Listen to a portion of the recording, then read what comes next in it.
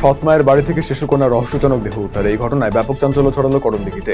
বৃহস্পতিবার ঘটনাটি ঘটেছে করণদিঘি থানার মালখন্ডা এলাকায়। মৃতার নাম সুহানা খাতুন, বাড়ি কামারতোর এলাকায়। শুক্রবার রায়গঞ্জ মেডিকেল কলেজ ও হাসপাতালে দেহটি ময়নাতদন্তের জন্য পাঠানো হয়েছে। পুলিশে লিখিত অভিযোগ দায়ের করা হবে বলে জানিয়েছেন মৃতার দাদু জাহাঙ্গীর আলম। মন্ত্রী উদয়ন গুহর হাত ধরে বিজেপি ছেড়ে তৃণমূলে যোগ দিলেন উদয়নের বিরুদ্ধে পিঠে কাণ্ডে অভিযোগকারী দিনহাটার বুড়িরহাট 2 নম্বর গ্রাম পঞ্চায়েতের সেই মহিলার স্বামী বাবলু বর্মন। এদিন বাবলু বর্মন সহ বেশ কয়েকজনের হাতে তৃণমূলের দলীয় পতাকা তুলে দেন উদয়ন গুহ। সরাসরি উদয়ন গুহকে অভিযুক্ত করে সেই মহিলা অভিযোগ করেছিল রাত 12টার পর তাকে পিঠে বানানোর জন্য উদয়নের নির্দেশে পার্টি অফিসে ডেকেছিল তৃণমূলের নেতৃত্ব এবং কর্মীরা। আর না যাওয়াতেই তার বাড়ি ঘরের উপরে হামলা চালানো হয়েছিল। অধ্যাপিকার সোনার গয়না ছিনতাই কাণ্ডের পর 24 ঘন্টার মধ্যে ফের ছিনতাই রায়গঞ্জে। এবারে ঘটনাটি ঘটেছে রায়গঞ্জ শহরের শিলিগুড়ি মোড় এলাকায়।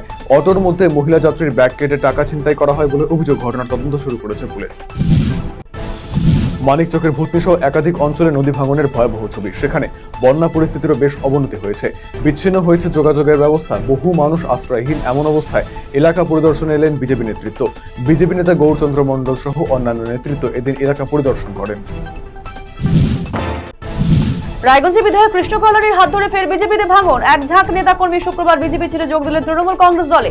এদিন দলীয় কার্যালয়ে যোগদানকারীদের হাতে দলীয় পতাকা তুলে দেন বিধায়ক কৃষ্ণ কল্যাণী ও জেলা তৃণমূল কংগ্রেসের সহকারী সভাপতি অরিন্দম সরকার। আরজিকরের ঘটনায় দোষীদের শাস্তি ও মুখ্যমন্ত্রীর পদত্যাগের দাবিতে বালুরঘাটে আন্দোলনে নামল ভারত জাকাত মাঝি পরগনা মহল এবং ভারতীয় জনজাতি মোর্চা। শুক্রবার বালুরঘাটের রঘুনাথপুর থেকে মিছিলটি শুরু হয়। এরপর জেলা পুলিশ সুপারের অফিসের বাইরে জমায়েত হয়ে বিক্ষোভ দেখায় সংগঠনের সদস্যরা। রাজ্য সরকারের শ্রম দপ্তরের উদ্যোগে পড়ুয়াদের ভবিষ্যৎ পরিকল্পনা সংক্রান্ত বিশেষ উদ্যোগ। রায়গঞ্জের দেবীনগর কৈলাসচন্দ্র রাধারানী উচ্চ বিদ্যাপীঠে অনুষ্ঠিত হলো জীবিকা বিষয়ক কর্মশালা। এই অনুষ্ঠানে মূলত একাদশ ও দ্বাদশ শ্রেণীর পড়ুয়ারা অংশ নেন।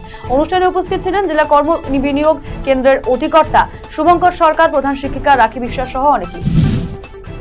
আরজিকর কাণ্ডের প্রতিবাদে গাজলে আন্দোলনে নামল বিজেপি। শুক্রবার সারা রাজ্য জুড়ে প্রতিটি থানায় বিক্ষোভ দেখায় দলের কর্মী সমর্থকরা। অভিযোগ, বৃহস্পতিবার স্বাস্থ্য ভবনে ঘেরাও হয়ে পুলিশের হাতে আক্রান্ত হন তারা। তারই প্রতিবাদে থানাগুলিতে বিক্ষোভ প্রদর্শন করেন বিজেপি কর্মীরা। আরজিকর মেডিকেল কলেজে মহিলা চিকিৎসককে ধর্ষণ ও খুনে এবং রাজ্য বিজেপির ডাকে আজ থানায় থানায় বিক্ষোভ কর্মসূচি পালন করছে বিজেপি। এদিন বাগডোগরা থানায় বিজেপির বিক্ষোভকারীরা ঢুকলে পুলিশ ব্যারিকেড দিয়ে আন্দোলনকারীদের আটকায়।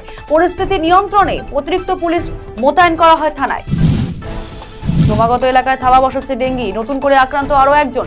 এ নিয়ে এলাকাবাসীদের সচেতন করতে হরিশ্চন্দ্রপুরে এলেন ব্লক প্রশাসনের আধিকারিকরা। জানা গিয়েছে হরিশ্চন্দ্রপুরে থানাপাড়ায় একজন নতুন করে ডেঙ্গি আক্রান্তের সন্ধান মিলেছে। তিনি এই মুহূর্তে হাসপাতালে চিকিৎসাধীন।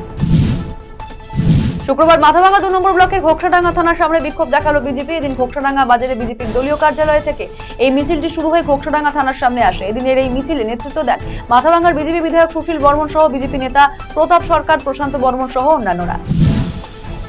সিবিআই হেফাজতে শেষে আরজিকর কাণ্ডে ধৃত সঞ্জয় রায়কে পেশ করা হলো শিয়ালদহ আদালতে। সিবিআই আগেই ধৃত সঞ্জয় রায়ের পলিগ্রাফ টেস্টের অনুমতি পেয়েছিল আদালত থেকে। যেহেতু পলিগ্রাফ টেস্টের ক্ষেত্রে অভিযুক্ত নিজস্ব অনুমতি দেওয়াটাও প্রয়োজন হয়, তাই শুক্রবার আদালতে তোলার পর এই অনুমতিও নেওয়া হয় ধৃত সঞ্জয়ের কাছ থেকে। এরপর শুনানি শেষে ধৃত সঞ্জয় রায়কে 14 দিনের জেল হেফাজতের নির্দেশ দেন শিয়ালদহ আদালতের বিচারক।